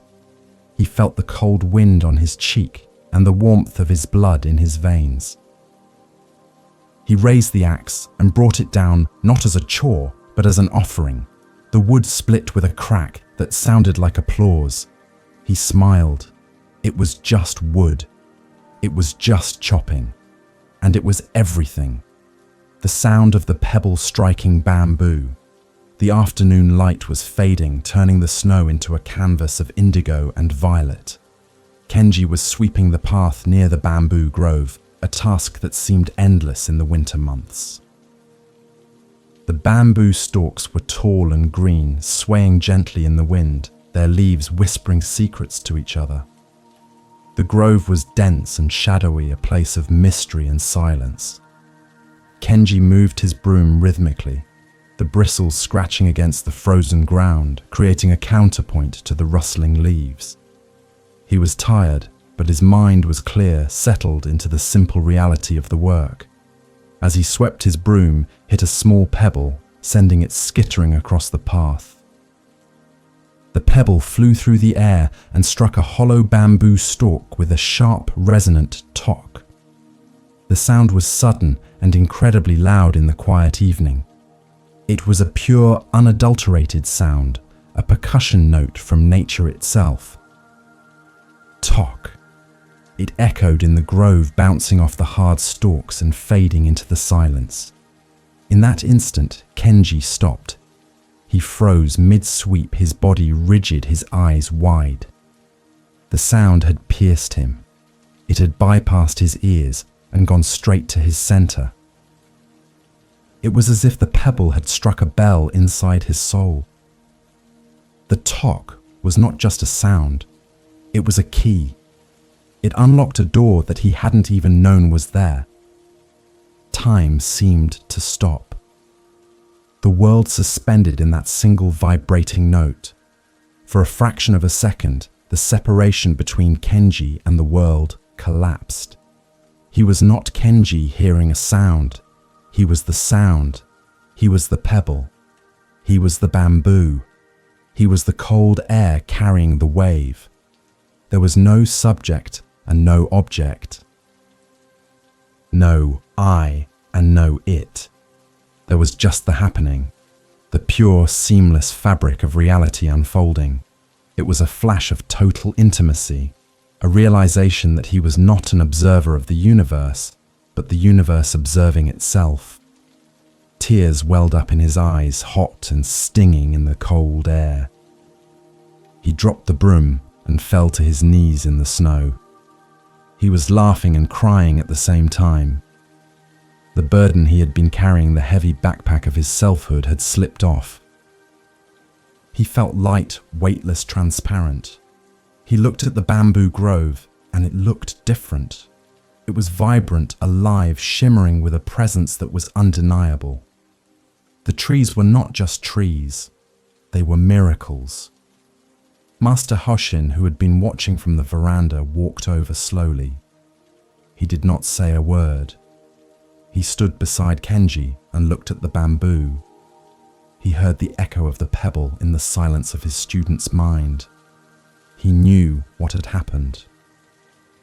It was the moment they had been working toward the sudden opening of the flower. The intellectual understanding had finally dropped into the gut. The map had been burned and the territory revealed. Kenji looked up at the master, his face wet with tears and melted snow. He tried to speak, but words seemed clumsy and inadequate. He pointed at the bamboo and then at his own chest. He stammered, It's just that sound. There is nothing else. It's all empty and full. It's me. I am the sound. Master Hoshin nodded, his face serious, but his eyes shining with joy. He said, "The pebble preached a better sermon than I ever could. It told you the whole truth in one syllable. You have been looking for the Buddha in books and in statues, but the Buddha is right here, in the pebble, in the bamboo, in the sweeping, in the talk. You have finally heard it, Kenji. You have finally arrived." He reached down and helped Kenji to his feet. He brushed the snow off Kenji's knees and handed him the broom. He said, "Keep this pebble. Put it in your pocket. Whenever you get lost in your head, whenever you think you are separate, whenever you think you are important, touch the pebble. Remember the sound. Remember that you are fragile and hollow like the bamboo and hard and real like the stone." Kenji took the broom, but he held it differently now. It was no longer a tool for a chore. It was an extension of his arm, an extension of the earth. He looked at the world and saw it as if for the first time. The colors were brighter, the sounds were sharper, the air was sweeter. He swept the path again, but this time he was not sweeping to clean. He was sweeping because sweeping was the universe dancing. Swish, swish, tock. The music of the ordinary continued playing its eternal song. The moon reflected in the muddy puddle. Spring arrived on the mountain not with a sudden burst of warmth, but with the slow, deliberate dripping of melting icicles. The snow receded, revealing patches of wet, dark earth that smelled of awakening roots and rich decay. The courtyard was a mess of slush and mud, the pristine white of winter giving way to the chaotic brown of the thaw. Kenji walked carefully across the grounds, his boots sinking into the soft soil, trying to avoid the deeper puddles that had formed in the depressions of the gravel. It was a time of transition, a messy in-between season, where the old had not quite left and the new had not quite arrived. That evening, the sky cleared completely, revealing a full moon that hung like a lantern of pure white light against the velvet blackness. Kenji stood by one of the largest puddles near the temple gate. The water was murky, filled with the silt and dirt of the melted snow. It was brown and opaque, a dirty blemish on the earth. Yet, as he looked down, he saw the perfect reflection of the moon floating on the surface of the mud. The image was crisp and bright, the craters of the moon visible in the dirty water. It was a striking contrast, the celestial purity of the moon captured in the terrestrial filth of the puddle. Master Hoshin joined him, his wooden clogs making a sucking sound in the mud. He stood beside Kenji and looked down at the reflection. He did not speak for a long time, letting the image do the teaching. The night air was cool and damp, carrying the scent of wet stone and the distant sound of the river, which was running high and fast. The frogs had begun to sing a chorus of croaks that filled the silence with life. It was a night of profound beauty, made all the more poignant by the mud at their feet. Finally, the master spoke, his voice soft and reflective. He said, "Look at the moon, Kenji.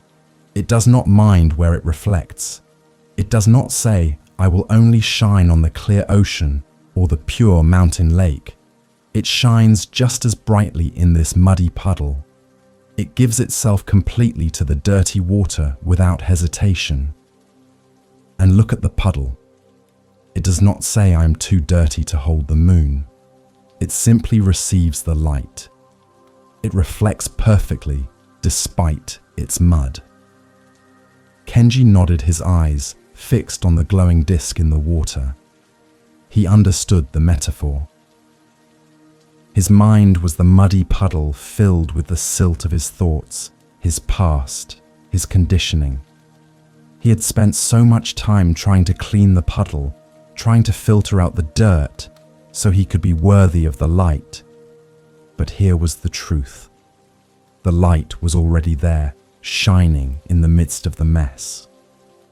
The mud did not obstruct the reflection. The moon was not stained by the dirt. They existed together in perfect non-dual harmony. Master Hoshin continued, "You have been trying to purify yourself, Kenji.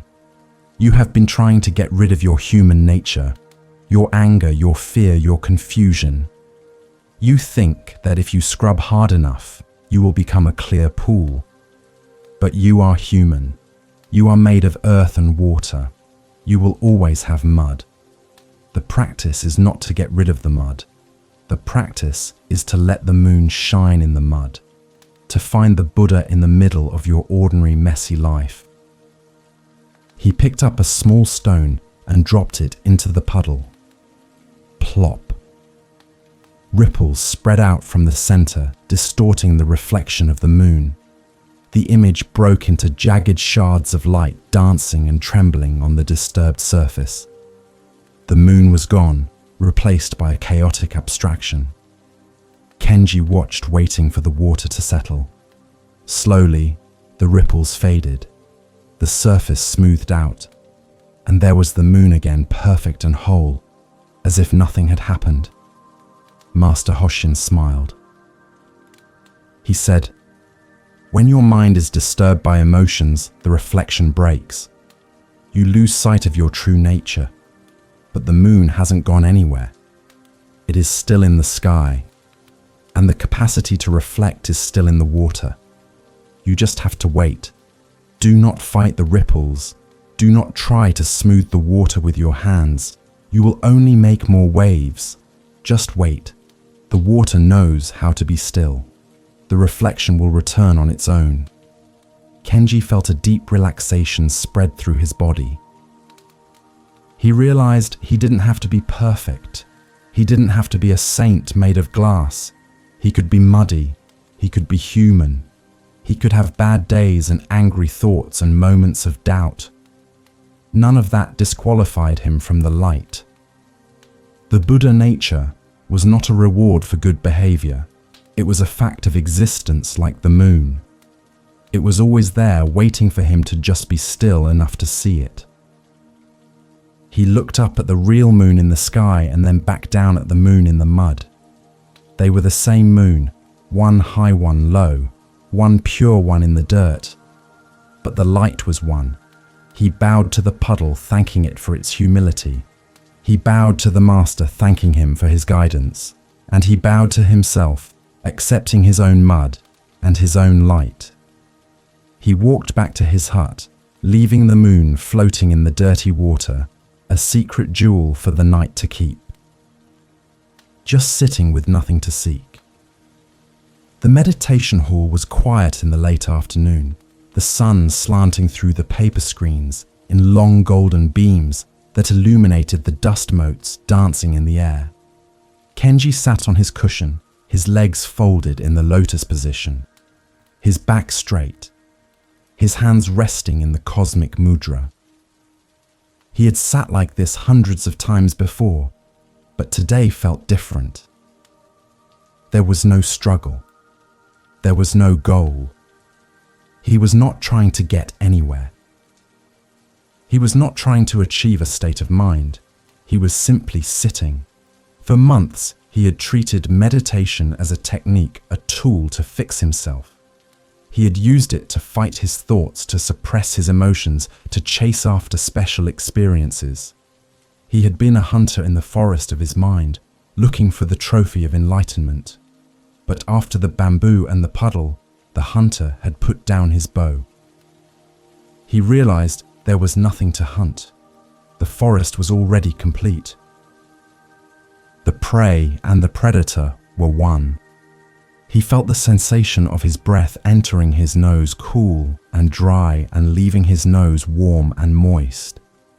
He felt the weight of his body pressing into the cushion, the pull of gravity anchoring him to the earth.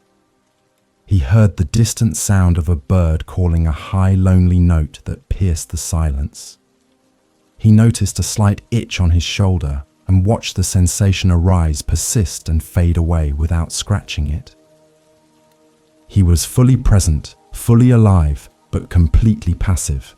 He was a mirror reflecting whatever came before it, without judgment or attachment. Master Hoshin sat across from him, a silent mountain of presence. The master's breathing was so soft, it was inaudible. He was not doing meditation. He was meditation. Kenji looked at him through half-closed eyes and saw not a teacher, but a fellow traveler sitting on the same earth, under the same sky. The hierarchy had dissolved. The striving had dissolved. There was just two human beings sitting in a room breathing. This practice was called shikantaza, or just sitting. It was the hardest practice of all because it required absolutely nothing. It required the abandonment of all gaining ideas. It was the practice of being satisfied with this moment exactly as it was. No fireworks, no visions, no angels singing. Just the floor, the knees, the breath, and the wall. It was radical in its simplicity and terrifying in its ordinariness. Kenji realized that this was it. This was the destination. There was no magical future where he would be floating on a cloud of bliss. The enlightenment was here, in the dust motes, in the ache in his knee, in the sound of the bird. It was the ability to be completely intimate with reality, to not push anything away and not pull anything closer. It was the great peace of having nothing to do and nowhere to go. Thoughts still arose in his mind. I wonder what is for dinner. My foot is asleep. This is peaceful. But he did not grab them. He let them float by like clouds in the sky. He did not invite them to tea, and he did not chase them away with a broom. He just watched them come and go, acknowledging them as part of the scenery. The mind was thinking, just as the heart was beating, and the stomach was digesting. It was just a function of the body, not the definition of the self. The bell rang to end the session. Kenji bowed and unfolded his legs. He stood up slowly, feeling the blood rush back into his feet. He felt light, clear, and incredibly ordinary. He looked at the master and smiled. It was a smile of complicity, a smile that said, I know the joke now. The joke was that he had been searching for his glasses while they were on his nose the whole time. He had been looking for home while sitting in his own living room. Master Hoshin smiled back and nodded. He said, Good sitting today, Kenji. You didn't do anything. That is very hard to do. Most people work very hard on their cushions. They build castles and fight dragons. You just sat. You were like a stone in the rain, wet and silent. That is the true way. Kenji walked out of the hall and onto the veranda. The sun was setting, painting the sky in shades of orange and pink. He took a deep breath of the cool air. He didn't feel like a holy man. He didn't feel like a Zen master. He just felt like Kenji. But a Kenji who was okay with being Kenji. A Kenji who didn't need to be anything else. He watched the sun go down, content to just watch. Just sitting. Just breathing. just being. It was enough. It was more than enough. The gate that was never locked. The final morning of Kenji's stay at the Temple of Whispering Cedars arrived with a stillness that felt profound and sacred. The air was filled with the scent of pine and the faint aroma of incense drifting from the main hall, mixing with the earthy smell of the damp spring soil. Kenji packed his few belongings into his travel bag, folding his robes with deliberate care, smoothing out the wrinkles as if he were caressing the fabric of time itself. Each item he packed was a memory: the worn socks from the winter meditations, the notebook filled with unanswered questions that now seemed irrelevant, the small purple crystal from the river.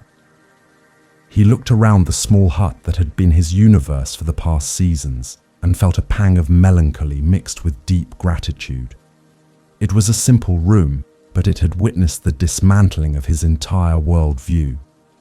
He walked to the main gate where Master Hoshin was waiting. The great wooden doors, which had seemed so imposing and heavy when he first arrived, now stood wide open, bathing the entrance in warm morning light. The master was sweeping the threshold one last time, his movements slow and rhythmic, the bamboo broom making that familiar scratching sound against the stone. It was the same scene as the first day, yet everything was different. The gate was the same, the master was the same, but the eyes that saw them had changed. Kenji approached and bowed deeply, holding the bow for a long moment to express what words could not. Master Hoshin stopped sweeping and leaned on his broom, looking at Kenji with eyes that shone like polished obsidian. He did not offer a final sermon or a cryptic riddle. He simply looked at Kenji's travel boots and said, "You are leaving the mountain, but do not leave the practice. The mountain is easy. The city is hard. Here the silence supports you. There the noise will challenge you. But remember the rain, Kenji. Remember the bamboo. The noise is just noise. It has no power unless you give it power." Kenji nodded, feeling the weight of the advice. He knew that the real test was not in the meditation hall, but in the traffic jams, the crowded subways, and the difficult conversations of daily life. He said, "Master, I came here looking for a key to unlock the door of enlightenment. I thought you had it hidden in a box somewhere, but now I see the door was never locked. I was just pushing against it when I should have been pulling, or maybe there was no door at all, just an open space I was afraid to walk through." The master laughed, a dry, crackling sound like autumn leaves. He said, "There is no key because there is no lock, and there is no gate because there is no fence. You built the fence yourself out of your own ideas. You stood in front of an open field and cried because you couldn't get in. Now you see the field. It stretches everywhere. It is in the temple and it is in the marketplace. It is in the silence and it is in the shouting. Just keep walking." Master Hoshin reached into his sleeve and pulled out a small wooden amulet carved with the image of a pine tree. He handed it to Kenji. He said, "Take this. It is not magic. It is just wood. But when you touch it, remember the smell of the cedars. Remember the cold wind. Remember that you are always here right now. You cannot be anywhere else, even if you try. The mind travels, but the body is always home. Be kind to your body, Kenji. It is your anchor." Kenji took the amulet and squeezed it in his hand, feeling the rough grain of the wood. He looked at the master one last time, memorizing the lines on his face, the way his robes hung on his thin frame. He wanted to stay. He wanted to cling to this safety, but he knew that clinging was just another form of suffering. The bird must leave the nest to test its wings. The water must flow down the mountain to reach the ocean. He shouldered his pack, which felt surprisingly light. He turned and walked through the gate, crossing the threshold he had feared so much months ago. He stepped onto the path that wound down the mountain. He did not look back. To look back would be to try to hold onto a ghost. He looked forward at the path, at the trees, at the sky. He took a step, then another. And with each step, he carried the temple with him, not as a memory, but as a living presence in his heart. The gate was behind him, but the way was open before him. The journey of Kenji has come to a pause, but the path continues in the silence of your own heart. We have walked with him through the seasons of the mind, from the heavy mists of confusion to the clear light of understanding. We have swept the leaves, polished the mirror, and listened to the bamboo snap in the cold night. We have learned that the struggle to find peace is often the very thing that prevents it, and that the truth we seek is not hidden in a distant land, but is resting quietly in the center of our own being. The story of the temple is not just a story of a place, but a map of the soul, a reminder that you are already whole, already complete, and already home. Now, as the narrative fades into the quiet of the night, allow yourself to settle deeply into your own rest. Let the images of the whispering cedars and the snow-covered peaks drift away like clouds in a vast sky, leaving only the pure blue space of your awareness. Feel the weight of your body sinking into the mattress, supported and held by the earth, just as the mountain holds the temple. There is nothing more to do. There is nothing more to learn. The day is done and the work is finished. Visualize a soft, warm light glowing gently in the center of your chest. This is your own inner jewel, the amethyst hidden within the stone. It pulses with a steady, calming rhythm, matching the slow beat of your heart. With every breath, this light expands, filling your chest, your shoulders, your arms, and your legs with a deep, soothing warmth. It melts away any remaining tension, any lingering thoughts, any tightness from the day. You are safe. You are loved. You are at peace. Listen to the silence in the room. It is not an empty silence, but a pregnant silence full of potential and rest. It is the same silence that Kenji found in the rain and in the bamboo. It is the sound of the universe resting. Let this silence wrap around you like a heavy quilt, protecting you from the noise of the world.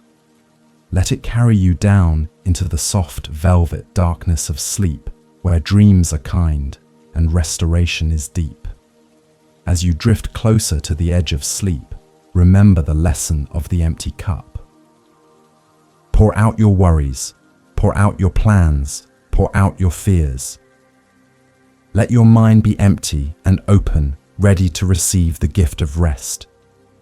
You do not need to carry the heavy backpack of your identity into the night. You can put it down by the door. You can just be a breathing body, a beating heart, a sleeping soul. The path down the mountain is easy now. Gravity pulls you gently toward the valley of dreams. Your eyelids are heavy, so heavy they feel like they are made of lead. Your breathing is slow and rhythmic, like the waves of a calm ocean lapping against the shore. In and out, in and out, deeper and deeper into relaxation. If you have enjoyed this journey to the Temple of Whispering Cedars and wish to return to this sanctuary of peace, please remember to subscribe to the channel. By doing so, you ensure that the gate is always open for you whenever you need to find your way back to stillness. We will be here waiting with fresh tea and a swept path, ready to guide you into another story, another lesson, another night of deep sleep. Good night. Sleep well. The temple is closed, but the light inside you never goes out. Rest now in the arms of the great silence.